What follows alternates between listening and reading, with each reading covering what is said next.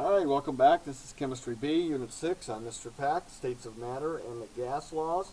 This is Day 5. We're going to talk about the properties of gases because they are the three factors that affect, or this is the main factor that affects the gas laws. We've talked about properties of gases a little bit, but we need to talk about them a little bit deeper. So here we go. We're going to start off by talking about the compressibility of a gas. Gases are easily compressed, and that means squeezed into smaller volumes. We've talked about that already. The definition, the strict definition, or textbook definition of compressibility is the measure of how much the volume of matter decreases under pressure. All right? But the question here is, why do gases compress easily? Well, to understand that, we have to start taking a look at the structure of gases. What do we know about the structure of a gas? Well, we know that gases, the particles, are extremely spread out. They are fast moving. And that is the reason why they are easily compressible, for exactly the reasons that we know about already. The space between those particles allows the overall volume to decrease because they can get closer together. As you know, particles in a gas are far apart from each other. And when you squeeze them together, they have so much space in between them, it's almost like, okay, go ahead, squeeze me. No big deal. And I still got plenty of room to travel. And just to give you a mathematical look at the amount of space, at room temperature, distance between particles in an enclosed gas is 10 times the diameter of that particle. So in a gas that's enclosed, in other words, it's in a container that is not allowing the gas to escape, at room temperature, whatever the size of that particle is, the space in between that particle and the next particle is 10 times that space. And that's at room temperature.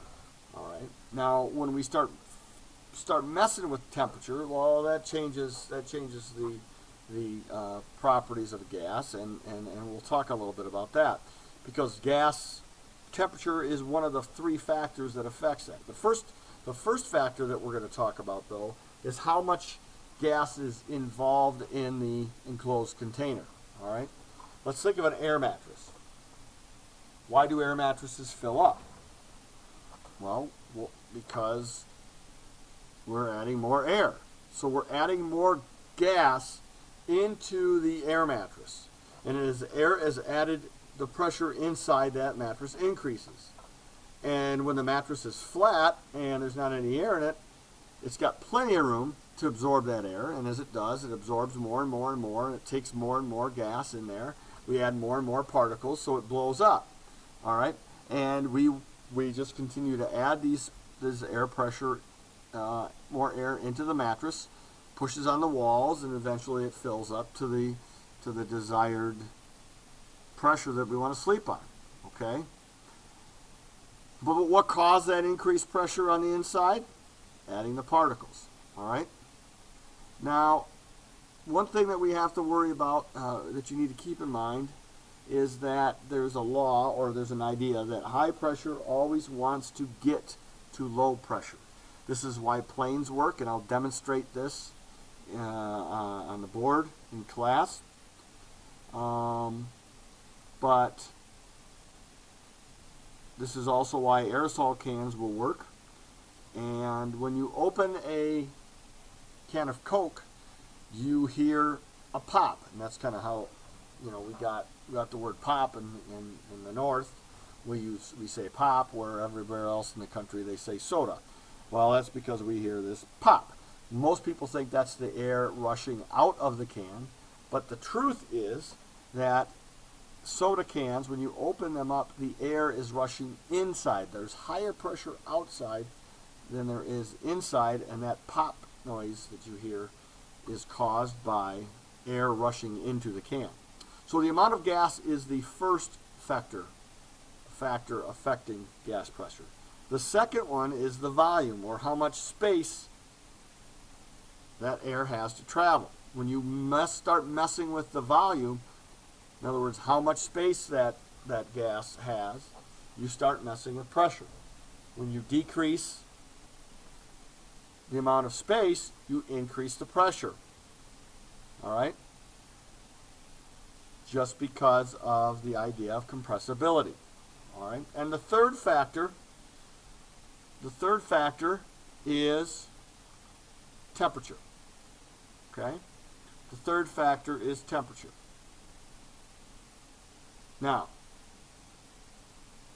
answer this question for me.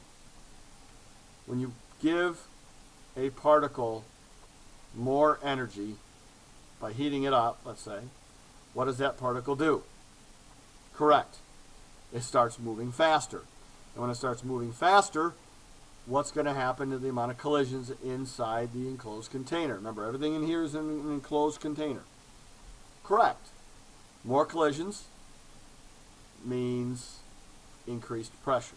Okay?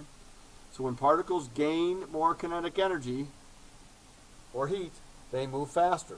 When they move faster, they collide more. When they collide more, that's increased pressure. So the three factors that affect is the amount of gas, the volume, and the temperature.